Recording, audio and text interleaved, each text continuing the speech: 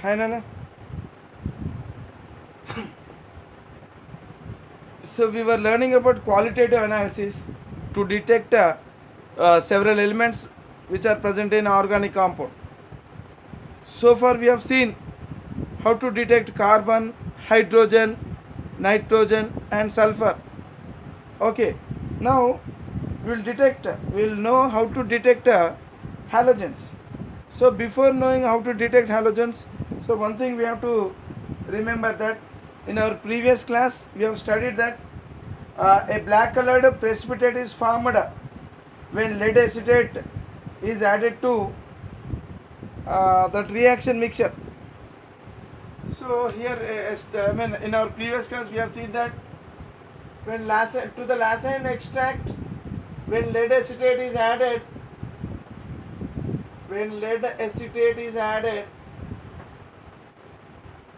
so what is happened? So a black colored precipitate is obtained. A black precipitate is obtained, so which indicates the presence of sulfur. So it indicates the presence of sulfur in the inorganic compound. So what is this black precipitate? So this black precipitate is nothing but lead sulfide. What is the formula of lead acetate? PbCH3 COOH. Sorry, COO taken twice. This is called as lead acetate. So actually, lacent extract, it is acidified before addition of lead acetate. So lacent extract is acidified with the acetic acid. Okay. Now the acidified this one acidified lacent extract is added with the lead acetate. So what does this lacent extract contains? So here I mean sulfur is detected due to the presence of black precipitate. So when lacent extract here when lead acetate is added to lacent extract, black colored precipitate called as lead sulfide is formed. So it indicates the formation of black precipitate indicates the presence of sulfur in the compound. That means the lacent extract should contain what? Sodium sulfide. So when this one will react with this one, so it forms lead sulfide.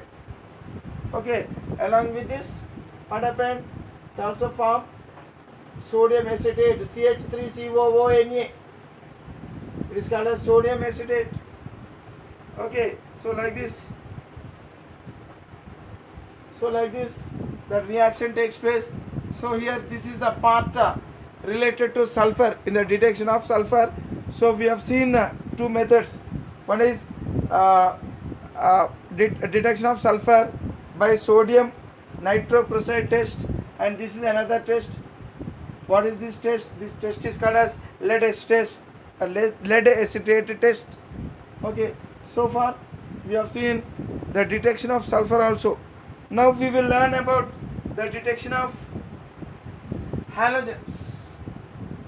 We will learn about the detection of halogens.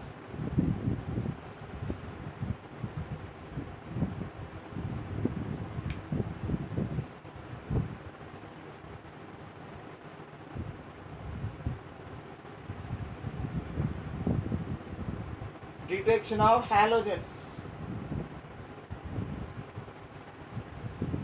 For the detection of halogens also, so again here there are two tests. There are two tests for the detection of halogens. What are they? For halogen, for the detection of halogen, two tests. So one test is Beilstein's test. Beilstein's test, Beilstein test, or else Beilstein test, and another one is Lassend test. Lassend test. So here also we use Lassend test. Lassend test is used to detect nitrogen, to detect the mixture of nitrogen and sulfur, to detect sulfur alone. And even for the detection of halogens also, Lassen's test is used. So here for the detection of halogens, two different tests are can be performed. So one test is known as Beilstein test. How Beilstein test is formed? It is conducted. So in this test, a clean copper wire is taken. A clean copper wire is taken. Okay, and it is heated in non-luminous flame. So now what we have to do? We have to heat it in non-luminous flame. Non-luminous flame. When we heat copper in the non-luminous flame, what happens? So, for example, here it is a flame. Okay, it is a non-luminous flame. What is the meaning of non-luminous flame? Non-luminous flame means blue flame. Non-luminous flame means it is blue flame. Okay, see, actually, suppose this is the flame. This is the flame. Let us assume. Now this copper wire. So this is a copper wire. When it is heated in a non-luminous flame, so this copper actually it imparts some color. It imparts blue color to the flame. Okay, so it imparts blue color to the flame, copper. So we have to heat this copper wire until it stops imparting the blue color to the flame. Okay, until it stops imparting the blue color to the flame, we have to heat this copper. So until what? Until copper stops imparting blue color to the flame. So until that, we have to heat that copper wire in the flame. So now when blue color disappears, okay, that means the blue color of the flame, when it is disappears, copper is providing blue color to this. Okay, so when the blue color disappears, what happens? Now this copper wire, it is made to come into contact with the organic compound. So this is what copper wire, and this is organic compound. So touch this copper wire with the organic compound. Now this copper wire is touched with the organic compound and reintroduced that copper wire into the flame, again into non-luminous flame. Okay, so before that the copper wire was heated until it stops imparting blue color to the flame. Now the same copper wire, it is made to touch with the organic compound and again it is reintroduced into the flame, in the non-luminous flame. Suppose if the reappearance of the blue color or green color takes place, it indicates that this organic compound is having halogen.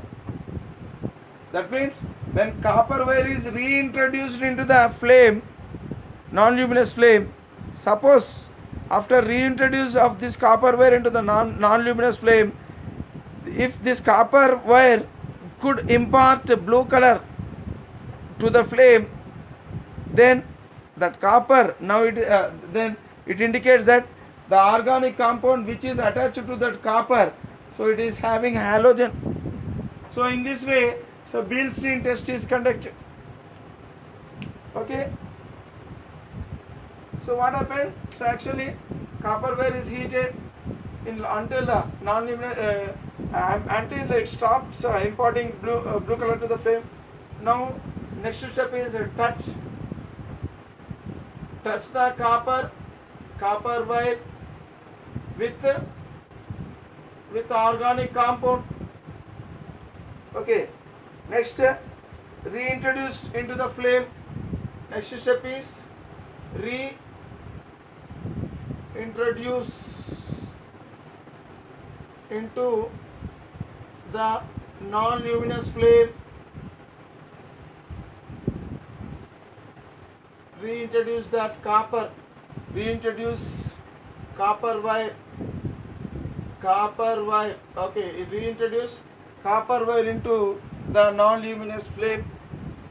So what happens? So here reappearance of blue color.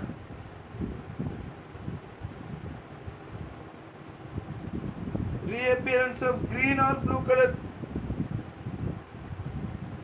Blue or green. Reappearance of blue or green color indicates the presence of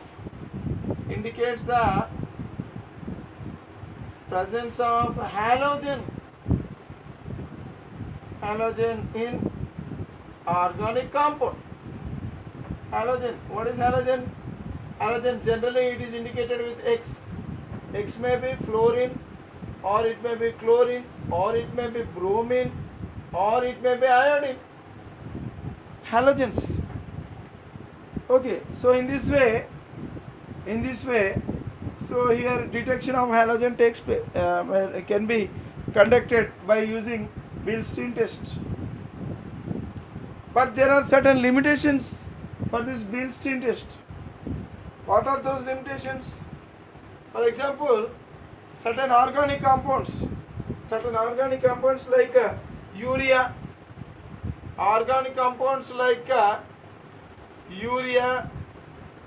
or else thiourea, etc. Okay, actually they give blue color.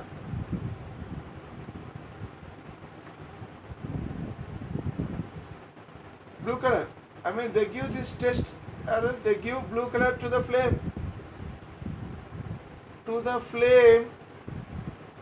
Though they do not have halogen.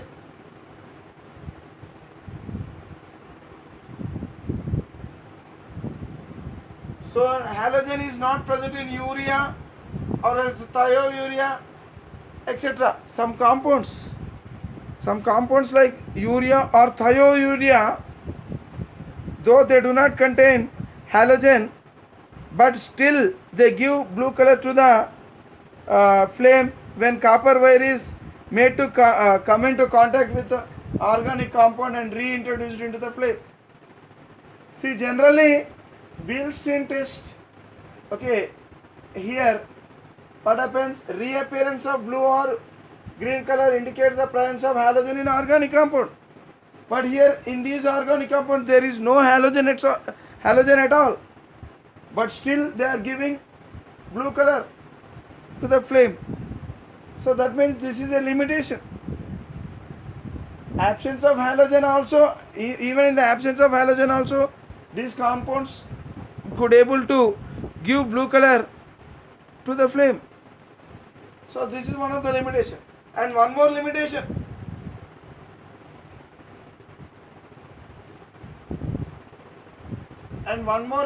Is also there. What is that? So we cannot identify. We